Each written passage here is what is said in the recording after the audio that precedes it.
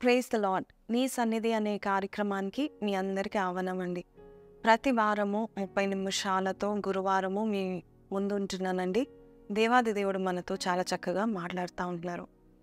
ఈరోజు గొప్ప వాగ్దానంతో కూడిన వాక్యం అండి. ప్రతి ఒక్కరికి కావాల్సిన వాక్యం అని నేను అనుకుంటున్నాను. దయచేసి వినండి. ద్వితీయోపదేశ కాండము 8వ అధ్యాయము 12వ వచనంలో, మీరు మంచి ఇండ్లు కట్టుకొని వాటిలో నివసించండి అని దేవాది దేవుడు చెప్తున్నట్టుగా మనం చూస్తూ ఉంటున్నాం. మన జీవితంలో మనం అనుకుంటా ఉంటాం, నాకు పరలోక రాజ్యంలో నాకు స్థానం ఉంటే చాలు అనుకుంటాం. నిజమే, అది ఎంతో ఎంతో ముఖ్యము, అది పర్మనెంట్. అలాగే ఈ లోకంలో కూడా మనం నివాసము చేయడానికి ముఖ్యంగా విశ్వాసులను, తన ప్రజలను, తన బిడ్డలను ప్రేమించి దేవాది దేవుడు చక్కని స్వాస్థ్యాన్ని కూడా దేవుడిస్తూ ఉంటాడు. యోసేపు కాలంలో కూడా చూస్తున్నాము. యోసేపు అన్నదమ్ములకు అలాగే వారి యొక్క కుటుంబానికి దేవుడు శ్రేష్టమైన స్వాస్థ్యము గోషాను ప్రదేశాన్ని దేవుడు నిశ్చయించినట్టుగా మనం చూస్తూ ఉంటున్నాం. అంతేకాదు, ఇజ్రాయెల్ ప్రజలు మరి బానిసత్వంలో 430 సంవత్సరాలు ఉండగా దేవుడు వారిని కరుణించి పాలు తేనెలు ప్రవహించే దేశమని ఆ దేశానికి దేవుడు నడిపించినట్టుగా మనం చూస్తూ ఉంటున్నాము. చూడండి, ఎక్కడ కూడా కానాను దేశం అని ఎక్కువగా రాయబడలేదు, కానీ పాలు తేనెలు ప్రవహించే దేశం అని చక్కగా రాయబడతా ఉంది. ప్రతిసారి ద్వితీయోపదేశ కాండమే కావచ్చు, నిర్గమ కాండమే కావచ్చు, పాలు తేనెలు ప్రవహించే దేశం అని స్పష్టంగా దేవుని యొక్క వాక్యము సెలవిస్తూ ఉంటుంది. అలాగే దేవుడు తన ప్రజలకు, తన బిడ్డలకు మంచి ఇళ్లను దేవుడిస్తాడంట. చూడండి, మామూలుగా ఇల్లు కాదు, మంచి ఇల్లు దేవుడిస్తాడని, మంచి ఇల్లు కట్టుకోండి అని దేవుడు మనకి ఒక సామర్థ్యత దేవుడిస్తూ ఉంటున్నాడు. ఈ రోజుల్లో మనం చూస్తూ ఉంటున్నాము, ఇల్లుల మీద ఇల్లులు కట్టుకుంటున్నారు అన్యులు. భక్తిహీనులు కూడా 1 కోటి రూపాయలండి మా ఇల్లు, 2 కోట్లండి అని చెప్పుకుంటూ, లేక విలాస్ తీసుకుంటూ 4-5 కోట్లు పెట్టుకుంటా ఉంటున్నారు. ఇక్కడ మేమున్న ప్రదేశాల్లో మై హోమ్ అని ఒక పెద్ద పెద్ద ఇల్లులు, బిల్డింగ్స్ ఉంటా ఉంటాయండి. దాని ఒక ఫ్లాట్ వెల 7 కోట్లండి. ఇంకా ఇప్పుడు చూస్తే కనుక 11 కోట్లు ఉన్నాయంట. చూడండి, ఒక ఇల్లు 11 కోట్ల. మరి అలాంటి ఇళ్లలో ఉండడానికి ఇష్టపడుతున్నారు. కానీ బైబిల్లో ఒక మాట ఉందండి, భక్తిహీనుల గుడారాన్ని దేవుడు శపిస్తాడంట, నీతిమంతుల యొక్క గుడారాన్ని దేవుడు ఆశీర్వదిస్తాడని సామెతలు 3:33లో మనం చూస్తూ ఉంటున్నాం. దేవుడు మనము నీతిగా జీవిస్తూ ఆయన ప్రజలుగా మనం ఉంటే, ఆయన మాట మనం వింటే అన్ని మంచివే ఇస్తాడంట. చూడండి, ఇక్కడ 8:12 ద్వితీయోపదేశ కాండంలో మంచి ఇల్లు అంటున్నాడు. 8:10 ద్వితీయోపదేశ కాండంలో మంచి దేశం అంటున్నాడు. యెషయా 1:19లో మంచి పదార్థాలు అంటున్నాడు. మత్తయి సువార్త 7:11లో మంచి ఈవులు అని అంటున్నాడు, శ్రేష్టమైన ఈవులు అంటున్నాడు. అలాగే యాకోబు 1:17లో కూడా శ్రేష్టమైన ప్రతి ఈవు నేను నీకు ఇస్తాను, పర సంబంధమై అది పరలోకపు తండ్రి నుండి వస్తుందని దేవాదేవుడు చెప్తా ఉంటున్నాడు. మన దేవుడు మనకు అన్ని మంచివి ఇవ్వడానికి ఇష్టపడతా ఉంటున్నాడు. ఏ తల్లి అయినా, ఏ తండ్రి అయినా వారి పిల్లలకు ఎప్పుడు మంచివి పెడతా ఉంటారు. మంచి ఆహారం పెట్టడానికి ఇష్టపడతా ఉంటారు, మంచి పదార్థాలు ఇవ్వడానికి ఇష్టపడతా ఉంటారు. మంచి వారి దగ్గర మరి ఆస్తిపాస్తులు ఉంటే మంచి వాహనాలు ఇస్తూ ఉంటారు. వారి దగ్గర మంచి డబ్బు ఉన్నట్లయితే మంచి వస్త్రాలను ఇస్తూ ఉంటారు, పట్టు వస్త్రాలను ఇస్తూ ఉంటారు. అలాగే వారు కనుక చాలా గొప్ప ధనికులైతే కనుక వారు మంచి ప్రదేశాన్ని ఇవ్వడానికి ఇష్టపడతా ఉంటున్నారు. కాలేబ్ అనే ఒక ఆయన ఉన్నాడండి బైబిల్లో. యెహోషువ గ్రంథంలో మనం చూస్తూ ఉంటున్నాము. కాలేబ్ జీవితంలో ఒక కార్యం జరిగింది. దేవుడు ఆయన విశ్వాసాన్ని మెచ్చి, దేవుని పట్ల ఆయనకున్న విశ్వాసమే కాదు, కంప్లీట్గా దేవుని మాటకు లోబడేవాడంట కాలేబ్. పరిపూర్ణంగా దేవుని మాట వినేవాడంట. దేవుడు ఆయనకు ఒక శ్రేష్టమైన స్థలాన్ని దాచిపెట్టమని మోషేకి దేవుడు ఆజ్ఞాపించాడంట అండి. ఎందుకంటే కాలేబ్ అంటే దేవునికి ఇష్టమైంది. కాలేబ్ యెహోషువ అంటే దేవునికి చాలా ఇష్టమైంది. 12 ఈ ఇద్దరిని ఎక్కువగా దేవుడు ప్రేమించినట్టుగా, అంతేకాకుండా వారిని గొప్ప స్వాస్థ్యంలో అడుగుపెట్టేలాగా దేవుడు చేశాడు. ఎందుకు అనగా దేవుని మీద కంప్లీట్గా ఆధారపడ్డారు, దేవుని ప్రజలుగా ఉన్నారు, దేవుని విశ్వాసులుగా ఉన్నారు. మీకు ఒక మాటలు చెప్పాలంటే, కాలేబుకు ఒక శ్రేష్టమైన చక్కని స్థలాన్ని ఇచ్చారంట. కాలేబు మరి అనాకీయులంట. అనాకీయులు ఎవరంటే ఆజానుభావులు, గొలియాతు వలె ఉంటారంట. 13 ఫీట్ల హైట్లో ఉంటారంట. అలాంటి వారిని మరి హతమార్చి స్వాధీనపరచుకోవడానికి కాలేబుకు 85 సంవత్సరాలు ఉన్నప్పుడు దేవుడు అట్టి బలంను, సామర్థ్యతను దేవుడు కాలేబుకి ఇచ్చారంట. అంతేకాదండి, ఆయనకి ఏ స్థలం ఇచ్చాడు తెలుసా? ఇప్పటికీ కూడా ఉంది ఆ స్థలం. ఇప్పటికి కూడా కాలేబు వంశస్థులు ఆ స్థలంలో ఉన్నారంట. ఆ స్థలం పేరు హెబ్రోన్. హెబ్రోన్ అనే ఒక చక్కని స్థలాన్ని దేవుడు కాలేబ్కి ఇచ్చినట్టుగా మనం చూస్తూ ఉన్నాం. అంతేకాదు, తన కుమార్తె అక్సా అని ఉందండి బైబిల్లో. ఆ కుమార్తె పెళ్ళైన తర్వాత తండ్రిని అడుగుతుందంట, నీవు నాకు ఎండిపోయిన భూమి ఇచ్చావేంటి? నాకు శ్రేష్టమైన భూమి కావాలి, నాకు నదులుండే భూమి కావాలి, నీళ్ళుండే పొలాలు కావాలి అని అడిగినప్పుడు కాలేబు తండ్రి కదండి, కుమార్తె అడిగిన వెంటనే ఆయనకున్న స్వాస్థ్యంలో ఆమె కూడా చక్కని శ్రేష్టమైనది ఇచ్చాడంట. మరి ఇహలోకపు తండ్రులే మరి వారి పిల్లలకు శ్రేష్టమైనది ఇస్తే, మత్తయి సువార్త 7:11 మనం చూసినట్లయితే, మీరు చెడ్డవారై ఉన్న తండ్రులే మీరు మంచి ఈవులు మీ పిల్లలకిస్తే, మరి మీ పరలోకపు తండ్రి అంతకంటే మరీ శ్రేష్టమైన మంచి ఈవులు ఇవ్వడా అని మత్తయి 7:11 దేవుడు మనల్ని అడుగుతున్నాడు. మన దేవుడు మనకన్నీ మంచి దాచిపెట్టాడు. మంచి ఇవ్వడానికి దేవుడు ఇష్టపడతా ఉంటున్నాడు. అయితే ఈ మంచి ఇల్లు కట్టుకోవడానికి కొంతమందికి నామోషిగా ఉంటుంది, కొంతమందికి గిల్టీగా ఉంటుంది. ఏమంటారంటే, అమ్మో మనం ఇల్లు కట్టుకుంటే మనం గొప్ప పాపం చేస్తున్నట్టే, మనం దీని మీద మన ఆశ ఉండకూడదు, మన స్వాస్థ్యం ఎక్కడ ఉంటుంది, మన హృదయం అక్కడ ఉంటుంది కాబట్టి దీని మీద ఉండకూడదు అని అనుకుంటూ చాలామంది దాన్ని తృణీకరిస్తూ ఉంటారు. నేను ఒక మాట చెప్తానండి, దేవుడు అందరికీ ఇల్లులు ఇవ్వడు. దేవుడు ఎవరికి ఇవ్వాలో వారికి ఇస్తూ ఉంటారండి. అందరు ఇల్లు కట్టుకోలేరు. అబ్రహాం కూడా గుడారాల్లో నివసించాడు. ఆయనకి ఎన్ని పొలాలు ఉన్నాయో తెలుసా, ఆయనకి ఎన్ని భూములు ఉన్నాయో తెలుసా, కానీ ఆయన ఈ యొక్క అశాశ్వతమైన గుడారాల్లో ఉండేవాడంట. ఎందుకంటే ఆయన దృష్టి పరలోక రాజ్యం మీద ఉందని చెప్తా ఉన్నారు. ఒకవేళ నీవు కూడా ఎన్నుకోబడినట్లయితే, దేవుడు నిన్ను సేవ చేయమని చెప్పినప్పుడు దేవుడు ఇచ్చేంత వరకు నువ్వు అడగకు. కానీ దేవుడు ఒకవేళ నీకు ఇల్లు దయచేయాలని అనుకున్నట్లయితే నీకు ఆశను కూడా దేవుడే పుట్టిస్తాడు. ఆశగల ప్రాణాన్ని కూడా దేవుడే తృప్తిపరుస్తూ ఉంటాడు. చాలామంది అనుకుంటారు, నాకు అత్యాశ ఎక్కువ అవుతుంది అనుకుంటారు. లేదండి, ఒకవేళ అయ్యో ప్రభా నేను ఇన్ని రెంట్స్ కడుతున్నాను, వ్యర్థంగా వేస్ట్ అవుతున్నాయి డబ్బులన్నీ, లేక నేను ఇన్ని లోన్స్ ఉన్నాయి, నాకు వ్యర్థంగా వేస్ట్ అవుతున్నాయి, లేక నాకు మంచి ఉద్యోగం ఉంది కానీ ట్యాక్స్లో అన్నీ వేస్ట్ అయిపోతున్నాయి, నాకు ఒక ఇల్లు ఇస్తావా అని అడిగినప్పుడు ఖచ్చితంగా దేవుడు ఇస్తాడండి. మంచి ఇల్లు కట్టుకోవడానికి మంచి స్వాస్థ్యాన్ని దేవుడు ఇస్తూ ఉంటాడు. కొన్నిసార్లు మన పితరులు మనకు స్వాస్థ్యము మరి ఉంచకపోవచ్చు. బైబిల్లో ఏముందంటే, స్వాస్థ్యం అంట, ఇల్లు గృహం అంట, పితరులు ఇచ్చే స్వాస్థ్యం అంట. మరి సుబుద్ధి గల భార్య యెహోవా ఇచ్చు దానం అని ఉందండి. మరి చాలాసార్లు మన జీవితాల్లో మన పితరులు ఇవ్వకపోయినా కూడా దేవుడు మనకి ఇస్తూ ఉంటాడు. ఎందుకంటే ఆయన మన పరలోకపు తండ్రి, ఆయనకు తెలుసు నువ్వు ఎక్కడ ఉండాలో, ఏం చేయాలో, నీకు స్వాస్థ్యం ఇస్తాడు. అబ్రహాంకి లేకపోయినా దేవుడు యాకోబుకి ఇచ్చినట్టుగా మనం చూస్తూ ఉంటున్నాము. ఇజ్రాయెల్ దేశాన్ని ఇచ్చినట్టుగా మనం చూస్తూ ఉంటున్నాము. చూడండి, ఈ యొక్క ద్వితీయోపదేశకాండం 8వ అధ్యాయం 10వ వచనం ఏముంది తెలుసా, నీవు తిని తృప్తి పొంది నీ దేవుడైన యెహోవా నీకిచ్చిన మంచి దేశం బట్టి ఆయనని స్తుతించాలని దేవాది దేవుడి వాక్యంలో దేవుడు మనకి బయలుపరుస్తూ ఉంటున్నాడు. దేవుడు మంచి ఇల్లుని ఇస్తాడు. ఆ మంచి ఇల్లు ఎక్కడిస్తాడు? మంచి దేశంలో ఇస్తాడని దేవుని యొక్క వాక్యం సెలవిస్తూ ఉంటుంది. ఈ యొక్క హైదరాబాద్ పట్టణంలో ఈ అంతా కూడా దేవుడు మన కొరకే కట్టించాడు. మీరు ఏ పట్టణంలో ఉన్నా, మీరు ఏ పొలంలో ఉన్నా, మీరు ఏ గ్రామంలో ఉన్నా, మీరు ఏ రాష్ట్రంలో ఉన్నా, ఏ దేశంలో ఉన్నా కూడా ఆ దేశం అంతా కూడా కట్టబడడానికి, ఆ పట్టణం కట్టబడడానికి దేవుడే ముందుగా నిశ్చయించున్నాడు. నీవు నివాసం చేయడానికి దేవుడు అన్ని కట్టిపెట్టున్నాడు. మంచి దేశాన్ని దేవుడు మనకిచ్చి ఉన్నాడంట. మంచి పట్టణాన్ని, మంచి రాష్ట్రాన్ని, మంచి స్థలాన్ని, మంచి ఊరిని దేవుడు మనకి కోసము కట్టి ఇచ్చి మనం అక్కడ నివాసం చేయడానికి ఇష్టపడతా ఉంటున్నాడు. మన దేవుడు మన గురించి ఆలోచన చేస్తూ ఉంటాడు. కాబట్టి ఎప్పుడు కూడా దేవుని స్తుతించాలి అని దేవుడు చెప్తా ఉంటున్నాడు. సరే, ఇదంతా బాగానే ఉందాక ఎలా పొందుకుంటాము, మాకు ఇల్లు ఎలా పొందుకుంటాము, ప్రార్థన చేస్తే సరిపోతుందా అని అనుకుంటారు. మన దేవుడు ప్రార్థన చేస్తే గొప్ప కార్యాలు చేసేవాడండి. ఇదే అధ్యాయం 8వ అధ్యాయం 18వ వచనంలో మనం చూసినట్లయితే, ఏలయనగా తాను నీ పితరులతో ప్రమాణం చేసినట్లు తన నిబంధనను నేటి వలె స్థాపింపవలెనని మీరు భాగ్యము సంపాదించుకున్నట్టుకై నీకు సామర్థ్యము కలుగు చేయవాడు ఆయనే. నువ్వు మంచి ఇల్లు కట్టుకోవడానికి, మంచి దేశంలో ఉండడానికి దేవుడే నీకు సామర్థ్యము కలుగచేస్తాడంట. కాబట్టి ఎలా పొందుకుంటాము అని నువ్వు భయపడనక్కర్లేదు. నీవు ఆ దేవుని సన్నిధిలో నువ్వు మొరపెట్టు, ప్రభా నాకు సామర్థ్యతను దయచేయండి నాయనా, నేను సంపాదించుకోవడానికి నాకు సామర్థ్యతను దయచేయండి. గివ్ మీ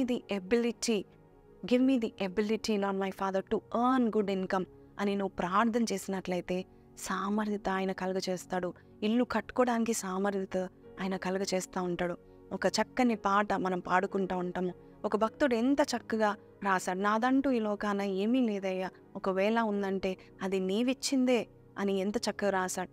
నాకు ఉన్న ఏ పొలం, నాకున్న ఏ బలం, నా తాగుచున్న ఏ జలము, నిలువనీడ ఏ గృహము, కేవలం నీదే కదా, కేవలం నువ్వే ఇచ్చావు కదా. నిజమండి, నేను ఇల్లు కట్టుకున్నాను చూడు, నేను మంచి చదువుకున్నాను చూడు, నాకు మంచి ఉద్యోగం వచ్చింది కాబట్టి నేను ఇల్లు తీసుకున్నానని చాలామంది చెప్తా ఉంటారు. ఆ సామర్థ్యత దేవుడు ఇవ్వాల్సిందే అండి మనకి. చూడండి, రోమాపత్రిక 9వ అధ్యాయము 16వ వచనము ఒకసారి చదువుతాను. కాగా పొందగోరు వాని వలననైనను ప్రయాసపడు వాని వలననైనను కాదు, కానీ కరుణించు దేవుని వలననే అగును. చూడండి, కాగా మనం ఏదైతే పొందుకోవాలని అనుకుంటున్నామో అది కావాలని మనము ప్రయాసపడుతున్నాం, దానివల్ల మనం పొందుకోలేమంట. మన ప్రయాసం వల్ల మనం ఏమి పొందుకోలేమంట. కానీ కరుణించు దేవుని యొక్క హస్తం నుండే మనం పొందుకోగలుగుతామంట. ఈరోజు దేవుడు నీకు మంచి ఇల్లు ఇవ్వాలని కోరుకుంటున్నాడు. ఈరోజు మంచి దేశంలో దేవుడు నేను పెడుతున్నాడు. దేవుడు అంతేకాదు, నీకు అన్ని విధాలుగా చుట్టుప్రక్కల అన్ని కట్టి పెడుతున్నాడు నీ కోసము.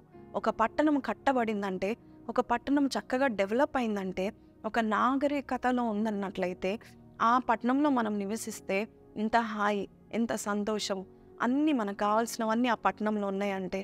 చూడండి, కొన్ని మారుమూల ఊరికి వెళ్తాం. ఎందుకు, ఈ హైదరాబాద్కు కొంచెం పక్కకి వెళ్తే, ఒక 50 కానీ 60 కానీ 100 కిలోమీటర్ కొంచెం పక్కకి వెళ్తే మనకు కావాల్సిన ఇంటర్నెట్ ఉండకపోవచ్చు.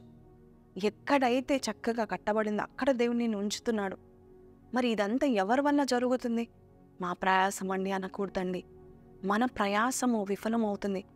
సామెతలు 10:22లో యెహోవా యొక్క ఆశీర్వాదం ఐశ్వర్యం ఇస్తుంది, అది నరుల యొక్క కష్టార్జితం వల్ల కానే కాదని దేవుని యొక్క వాక్యం సెలవిస్తుంది. నరులు మనం కష్టపడిన దాన్ని బట్టి నేను పొందుకున్నానని కొంతమంది అనుకుంటా ఉంటారు. దేవుని ఎక్కువ స్తుతించాలి. దేవుని మీద ఆధారపడినట్లయితే దేవుడే నీకు మంచి ఇల్లు కట్టుకోవడానికి దేవుడు కృపను చూపిస్తూ ఉంటాడు. దేవుడు నీకు ఒక స్వాస్థ్యం ఇవ్వడానికి దేవుడు కృపను చూపిస్తూ ఉంటాడు. నీవు ఈ లోకంలో జీవించినంత కాలము నరకంలో కాదు, నువ్వు పరలోకముని కూడా నీవు నీ ఇంట్లో దిగి వచ్చేంత వరకు నీవు ఆయన స్తుతించాలి. ఎందుకంటే నీ దేవుడు సమస్త సామర్థ్యత కలుగచేవాడు, సకల ఆశీర్వాదం నాకు కారణభూతుడైన దేవుని నువ్వు స్తుతించగలుగుతూ ఉండాలి. ఈ రోమా 9:16లో పౌలు చాలా చక్కగా మనకు చెప్తున్నాడు. మనం అనుకున్న దాన్ని బట్టి కాదు, కానీ మన యొక్క ప్రయాసం బట్టి కాదు, కానీ ఆయన కరుణా చేతులే అండి మీకు దయచేస్తూ ఉంటున్నాయి. కాబట్టి ఆయనను వేడుకుంటా ఉండాలి. ప్రభా యేసయ్య, నా ఆశ ఇది నాయనా, తృప్తిపరచండి. మా సంఘంలో ఒక చిన్న యవనస్త్రాలు ఉందండి. ఆ యవనస్త్రాలు ఇంజనీరింగ్ అవ్వకముందే ఆ బస్సులో వచ్చేటప్పుడు ఆ హోర్డింగ్స్ చూసేది, ఆ బయట సైన్ పోస్టులు చూసేది, ఆ యొక్క ప్లాట్స్ చూసేది, ఆ ఇల్లులు చూసేది, అక్కడ ఉన్న అడ్వర్టైజ్మెంట్స్ చూసి అనుకునేదంట, నాకు కూడా ఒక సొంత గృహం ఉంటే బాగుండేది, నేను కూడా గృహం కొరకు ప్రయాసపడాలని వాళ్ళ నాన్నగారిని విసిగిచ్చిందంట. అలాగే వాళ్ళ నాన్నగారు ఎప్పుడు కూడా కాదని చెప్తా ఉంటున్నప్పుడు దేవుని సన్నిధిలో అడుగుతూ ఉందంట, ప్రభా నాకు ఒక స్వాస్థ్యం ఇస్తావా, నాకంటూ ఒక ఇల్లు ఇస్తావా అని అడిగినప్పుడు దేవుడు హైదరాబాద్ పట్టణంలో చక్కగా డబుల్ బెడ్రూమ్ ఫ్లాట్, అమ్మాయికి పెళ్ళి కూడా కాలేదు, దేవుడు ఇచ్చి ఉన్నానని. హల్లెలూయా. దేవాది దేవుడు ఆశగల ప్రాణాన్ని దేవుడు తృప్తిపరుస్తాడు. ఎవరి మనసు దేవుని మీద ఆనుకుంటుందో, దేవుడే నా సహాయకుడు, నా సామర్థ్యత వల్ల కాదు, ఆమెకు మంచి ఉద్యోగం ఉంది, ఆమె అనుకుంటే లోన్ తీసుకోవచ్చు, కావాలంటే 2 ఇల్లులు కూడా తీసుకోవచ్చండి, అలాంటి మంచి ఉద్యోగం ఉంది, కానీ దేవుని మీద ఆధారపడింది. దేవుడు చక్కని స్వాస్థ్యాన్ని పెళ్ళి కాకముందే ఇచ్చాడండి. నీ జీవితంలో కూడా దేవుడు చేస్తూ ఉంటాడు. అనేకులు పెళ్ళైన తర్వాత కూడా కొన్ని ఏళ్ళ తర్వాత ముసలితనంలో ఇల్లు కొనుక్కుంటూ ఉంటారు. అది ఆశీర్వాదం కాదని నేను చెప్పను, అది కూడా ఒక ఆశీర్వాదమే. కానీ దేవుడు నీ హృదయానికి నెమ్మదిచ్చే ఆశీర్వాదాలు ఇస్తూ ఉంటాడు. నీకు ఎటువంటి విసిగిపోయేంతగా దేవుడు ఇవ్వడు. చాలామంది అప్పులు చేసి ఇల్లులు కట్టుకుంటూ ఉంటారు, ఆ అప్పులు కట్టలేక అలసిపోతూ ఉంటారు. అంతేకాదు, వారు జీవిత కాలమంతా కడుతూనే ఉంటారు, ప్రయాసపడుతూ ఉంటారు. అయితే దేవుడు అంటున్నాడు, నేను నీకు ఇచ్చే ఇల్లు ఎలాంటిదంటే మంచి ఇల్లు ఇస్తాను, అంతేకాదు నీకు నెమ్మదిగా కట్టుకునేంత డబ్బును, సామర్థ్యతను, సంపదను, భాగ్యమును నేను నీకు ఇస్తానని దేవుడు చెప్తా ఉంటున్నాడు. ఈరోజు ఎంతమందికి ఈ వాక్యం అవసరమో నాకు తెలీదు, కానీ దేవుడు చెప్తా ఉంటున్నాడు, ఒకవేళ నీవు రెంట్స్ కట్టుకుంటూ, లేక అప్పుల పాలైపోయి, లేక నీ ఇంటిని కూడా నీవు అమ్మి వేసుకొని ఉండవచ్చేమో, దేవుడు నీతోనే మాట్లాడుతున్నాడు. నువ్వు నా వైపు తిరుగు, నేను నా ప్రజలకు శ్రేష్టమైనవి దాచిపెట్టి ఉన్నాను, పరలోకంలోనే కాదు ఈ లోకంలో కూడా. 3 గృహాలు ఉంటాయంట అండి. ఒకటి ఎర్త్లీ హౌస్, ఒకటి స్పిరిచువల్ హౌస్, మూడోది హెవెన్లీ హౌస్. ఎర్త్లీ హౌస్ అంటే భూ సంబంధమైన ఇల్లు. ఈ భూ సంబంధమైన ఇల్లు ఏంటంటే మనం నివాసం చేయాలి కదండి. ఒక సామెత ఉంది కదండి, మనం ప్రయాసపడేది రోటీ మకాన్ ఆర్ కపడ, కూడు గూడు గుడ్డ కొరుకు కదండి. మరి ఈ భూ సంబంధమైన ఆశీర్వాదం కూడా దేవుడు ఇవ్వాల్సిందే తెలుసా. అలాగే స్పిరిచువల్ హౌస్, ఆత్మ సంబంధమైన గూడు, అది మన యొక్క హృదయం అండి.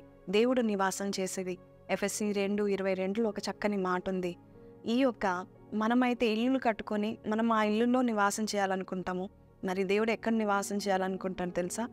ఆత్మస్వరూపే మనలో ఈ యొక్క ఇంట్లో నివాసం చేయాలనుకుంటున్నాను. సో దేవుని యొక్క నివాసం మనమే. ఎఫెసీ 2:22 ఆయనలో మీరు కూడా ఆత్మ మూలంగా దేవునికి నివాస స్థలమై ఉండుటకు కట్టబడుచున్నారు. చూడండి, ఈ వాక్యం ఏం చెప్తుందంటే మనము దేవుని యొక్క నివాసం అంట. మనమేమో ఈ యొక్క ఇళ్ళను చూస్తూ ఉంటాం, దేవుడేమో మనల్ని చూస్తూ ఉంటాడు. మనలో నివాసం చేయడానికి, ఆత్మలో ఆయన నివాసం చేయడానికి మనల్ని కట్టుకుంటా ఉంటాడంటే ఎంత మంచి మాట కదండి. దేవాది దేవుడు మనల్ని కట్టుకుంటా ఉంటాడు. మనం కూడా చూస్తూ ఉంటాము, మన ఇల్లులు కట్టుకుంటా ఉంటాం. మనకి తోచినట్టుగా వాస్తు చూస్తాము, వెంటిలేషన్ చూస్తాము, అలాగే కిచెన్ ఎక్కడ, బెడ్రూమ్ ఎక్కడ, హాల్ ఎక్కడ, డైనింగ్ టేబుల్, ఇవన్నీ మనం చూస్తూ ఉంటాం. అలాగే దేవుడు కూడా మనల్ని సరిచేస్తూ ఆయన మనలో నివాసం చేయడానికి ఇష్టపడతా ఉంటున్నాడు. So this is our spiritual house అండి. This is God spiritual house. ఇది మనము కాపాడుకున్నట్లయితే మన జీవితంలో ఏది శిథిలం కాదు, అన్ని విషయాలుగా ఆశీర్వదింపబడతా ఉంటాం. ఆత్మ వర్ధిల్లు ప్రకారము అన్ని విషయాల ఆశీర్వాదం మనం పొందుకుంటాం. ఇక మూడోది మన అందరికీ తెలుసు, పరలోకంలో ఉన్న ఇల్లు అండి. అది చేతులతో కట్టబడింది. ఎవరి చేతులతో?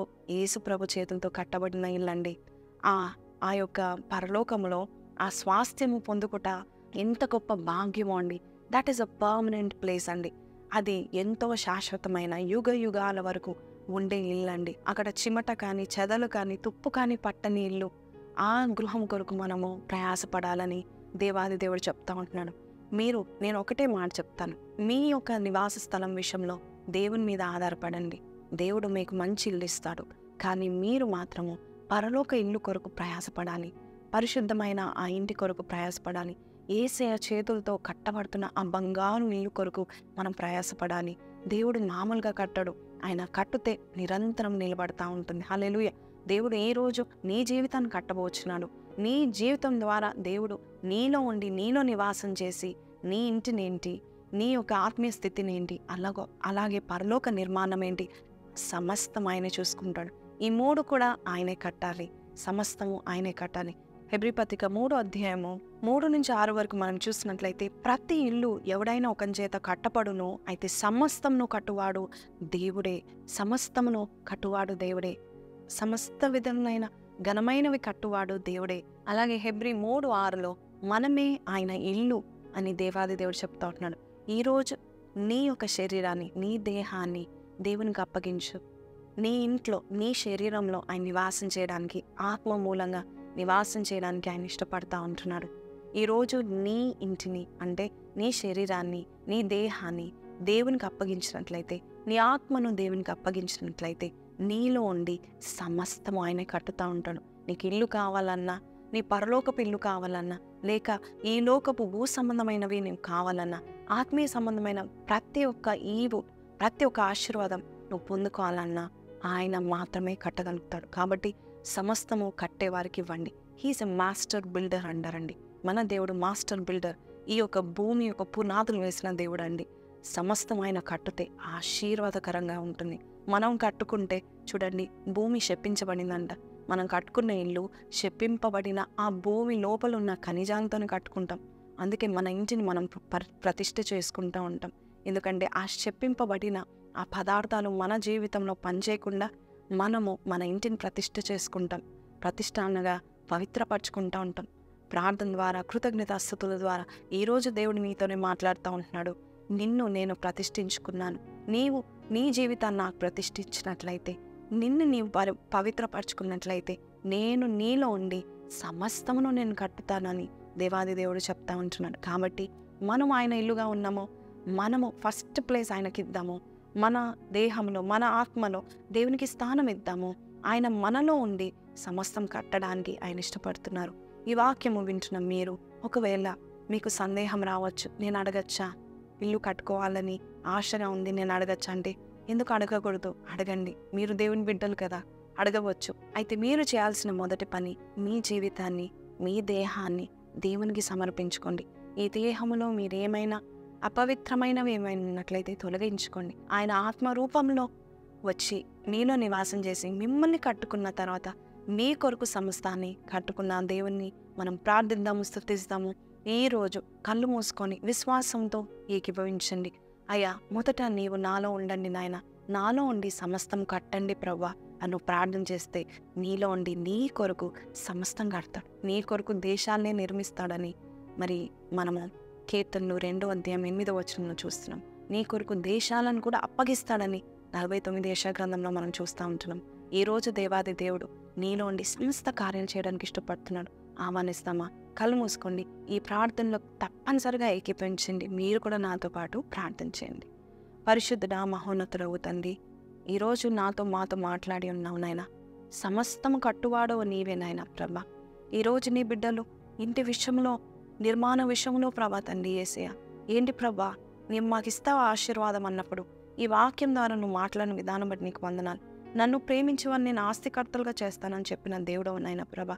ఒకవేళ మా పితరులు మాకు ఏ స్వాస్థ్యం మొదలు పెట్టకపోయినా, ఏ గృహము, ఏ ఇల్లు ఇవ్వకపోయినా, ఏ స్థలం మాకు లేకపోయినా నాయన, సమస్తము కట్టువాడవు నీవే కదా నాయన. నీ బిడ్డలు ప్రార్థన చేస్తుండగా వారి యొక్క మొరను ఆలకించండి. బానిసత్వంలో ఉండి మొరపెట్టిన ఆ ఇజ్రాయెల్ ప్రజలను మంచి దేశం నువ్వు నడిపించవు నాయన. అయ్యా, 7 దేశాలను తరిమి కొట్టి అయ్యా ఆ బిడ్డలకు ఆ స్వాస్థ్యము, వారు కట్టని ఇళ్లలో ప్రభా, అయ్యా నాటని తోటల్లో వారు నివాసం చేయడానికి నువ్వు కృపను చూపించావు. ఈరోజు అట్టి ఆశీర్వాదమును ప్రతి ఒక్కరికి నీ దయచేయండి. ఈ ప్రార్థనలో ఏకీభవిస్తున్న ప్రతి బిడ్డకి ఈ యొక్క హృదయవాంఛను తీర్చమని అడుగుచున్నాము నాయన. అయ్యా, వారు అడుగుచున్న ప్రతిదీ నువ్వు అనుగ్రహించండి. అంతేకాదు వారిని స్తుతించే బిడ్డలుగా చేయండి నాయన ప్రభా. ఈ లోకంలో సమస్తము నాయన నీవు ఇవ్వాల్సిందే నాయన ప్రభా. ఈ భూమి నీది నాయన ప్రభా తండ్రి. భూమిలోని సమస్తము నీదే నాయన ప్రభా.